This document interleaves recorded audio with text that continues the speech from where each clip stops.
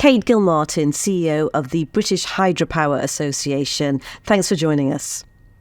Hi there, Nadira. Good to be here. Thank you. What is the BHA's focus as an organisation? The British Hydropower Association is the leading trade membership association that solely represents the interests of the UK hydropower industry. And our mission is to drive growth in the sector by influencing and promoting hydropower and really making it relevant within the government's decarbonisation ambitions for 2030. What are the relative benefits of hydropower? Well, I'd say really the key benefit of hydropower is it's a winter generator. And that's when we use most energy is across those winter dark months. We are there generating at peak tea time demand. And we can be dispatchable low carbon generation as well, which basically means we've got huge amounts of reservoirs and actually we can generate when the grid needs us most to generate. So I think those are the key attributes is we are secure, we're proven, we're reliable, we're stable, and we generate when we most need energy across those dark winter months. Can you share a bit about the history of hydropower in the UK? Yeah, sure. Well, originally the first hydropower scheme was at Craigside up in Northumberland, and originally Armstrong wanted to power an electric light bulb, and that was the beginning of hydropower in the UK. We've actually got a really good history in terms of order books from manufacturers to show that hydropower was developed across private estates, and this is prior to the national grid. So we can see, for example, that Queen Victoria had hydropower developed at Balmoral.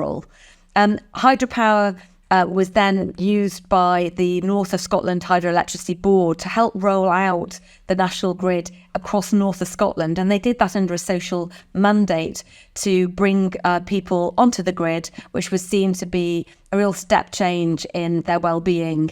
We did find that when the national grid was rolled out, some hydropower plants in the 50s and 60s were actually turned off. If they had maintenance issues, for example, it was deemed to be easier just to have power from centralised coal plants, for example. And then we saw a resurgence of hydropower as climate awareness took place and a realisation that we had to shift from fossil fuels. So mechanisms like the non-fossil fuel obligation, then the renewable obligation certificate, and then later the feed-in tariff were all there to bring forward new hydropower generation.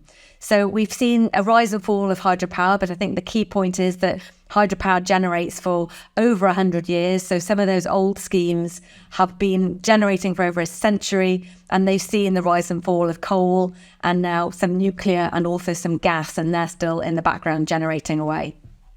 Now, although hydropower is the fourth largest renewable energy source in the UK, according to the national grid, it still only accounts for around 2% of the country's overall renewable energy mix.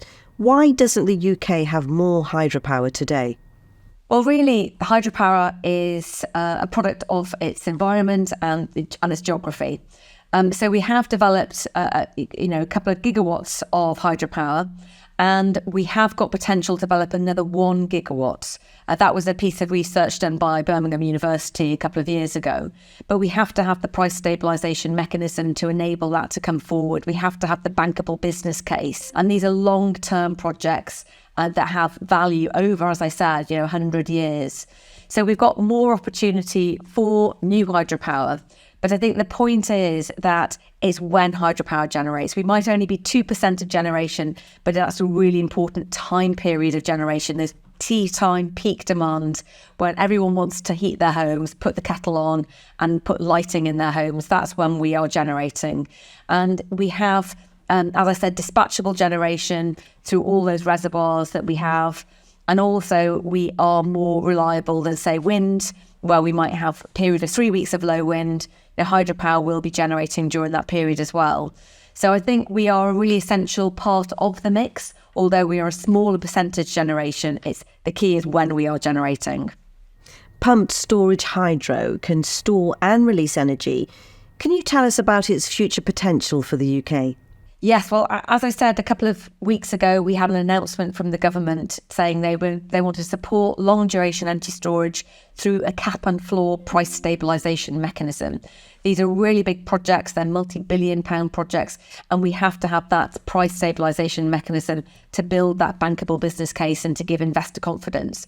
So pumped storage hydropower is going to be really key in our future energy grid as we have more and more of our generation from intermittent renewable energy sources like solar and wind. We have to have flexibility and balancing, and long duration energy storage through pumped storage hydro has done that historically. We have 4 existing schemes and we have a current pipeline of 10 schemes that we're looking to bring forward to really help the grid be flexible, but be stable and operable as we shift towards intermittent renewables of solar and wind. So it's really crucial that that's developed alongside more intermittent renewables. Kate Gilmartin, CEO of the British Hydropower Association, thank you. Thank you.